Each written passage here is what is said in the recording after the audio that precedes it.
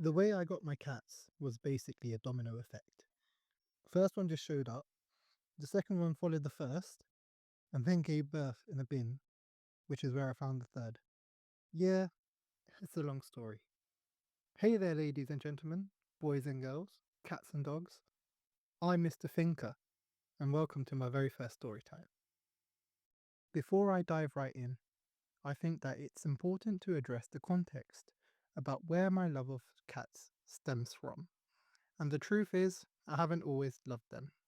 In fact, when I was younger, I used to be terrified of not just cats, but dogs as well. I'd be the kid who would cross the road or climb walls if I remotely sensed one in my immediate vicinity. Looking back now, the turning point was in primary school. The moment that broke my fear was at a friend's house, when a tiny kitten waddled up to me and rubbed against my leg whilst purring like a German V8. Instantly, I went from cats are vicious demonic creatures to I'd die for any cat. Well, any cat except a sphinx. They look like walking ball sacks, so they can stay in the former category. Now, technically, my very first cat was a kitten my mum bought me for my birthday, which we named Moisa. This was all the way back in 2020 during lockdown, but we ended up rehoming her twice for reasons beyond my control. I'm fine now, though, believe me. Definitely didn't scar me for life or anything. Anyways, if you'd like a story time about that piece of emotional turmoil that still haunts me to this day, leave a comment. Nonetheless, that's the calm before the storm. Because the cats I'm currently being held hostage by, they didn't ask for permission before entering my life. Cat number one story starts late one night a couple years ago. My family and I were coming back from a day out, and as we pulled into the garage area, we saw a tiny black kitten, no older than 3 months, just sitting there, gatekeeping our way home.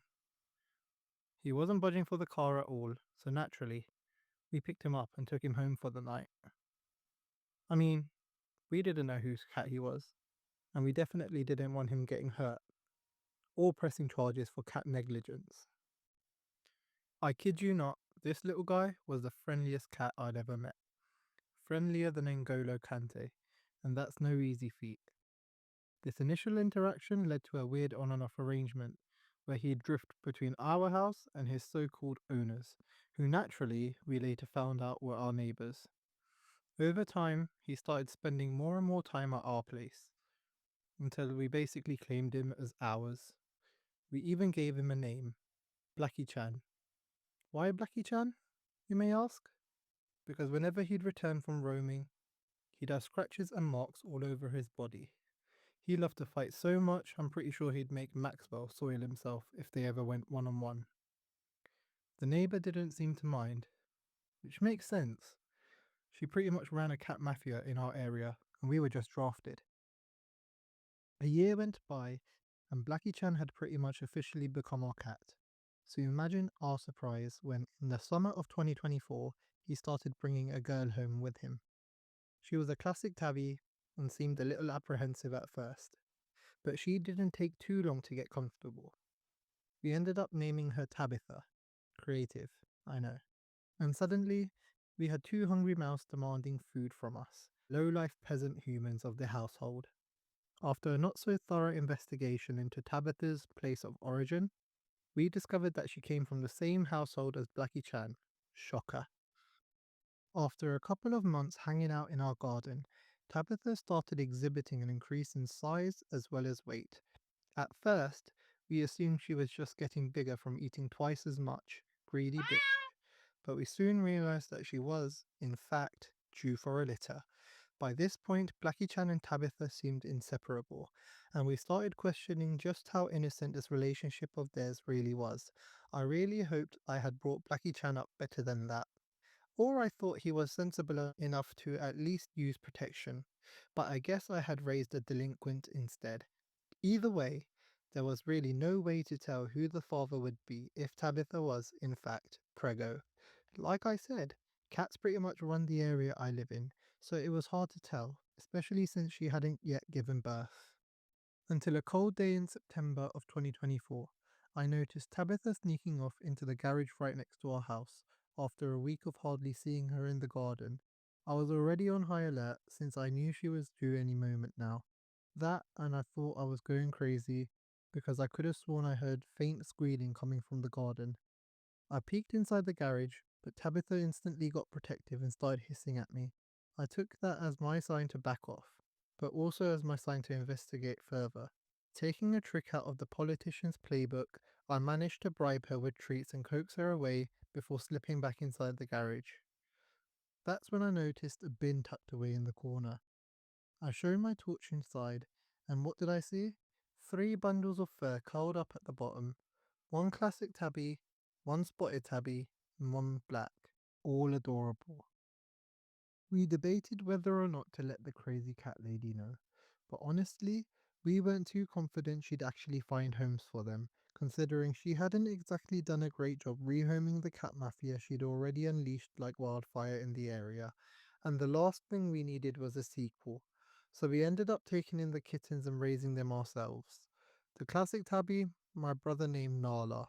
The spotted tabby, I named Salt and Pepper. And the black kitten, we named him Venom.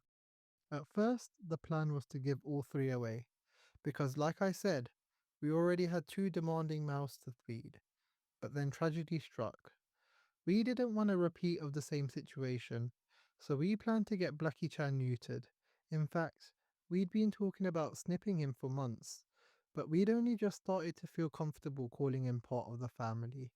We finally booked him in, thought everything was set, and then on the very day of the appointment, Blackie Chan went missing.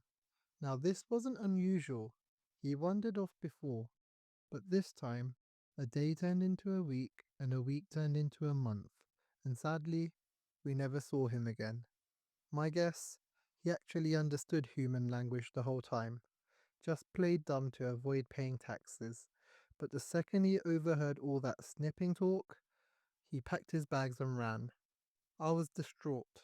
But the thing about the cat distribution system, it works in mysterious ways.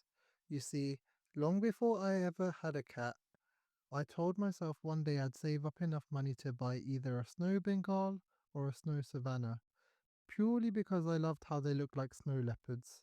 And so, seeing as Salt and Pepper looked so exotic, not only that, but she had the big cat personality to match, I couldn't help but wonder if her dad might have even been a pedigree. Who knows? Either way, I knew I couldn't let her go. I begged my parents to let me keep her. It wasn't easy. I promised I'd handle all the feeding, all the litter duty, probably even said I'd never ask for anything again. But after enough nagging, they finally gave in. And just like that, Salt and Pepper officially became mine. She wasn't the Snow Bengal or Savannah I once dreamed of, but the cat distribution system basically looked at me and went, yeah, close enough. And I couldn't be happier. So, yeah, that's the story of how the cat distribution system delivered my dream cat in a bin. Blackie Chan may have disappeared, and Tabitha is still hanging around doing her own thing. But Salt and Pepper? She's now my pride and joy, and I honestly wouldn't know how to live without her. And in case you were wondering, the cats you've been seeing in this video are Salt and Pepper and Tabitha. Please like the video and subscribe to the channel if you'd like to hear more cat story times. I'll even take them out of pity.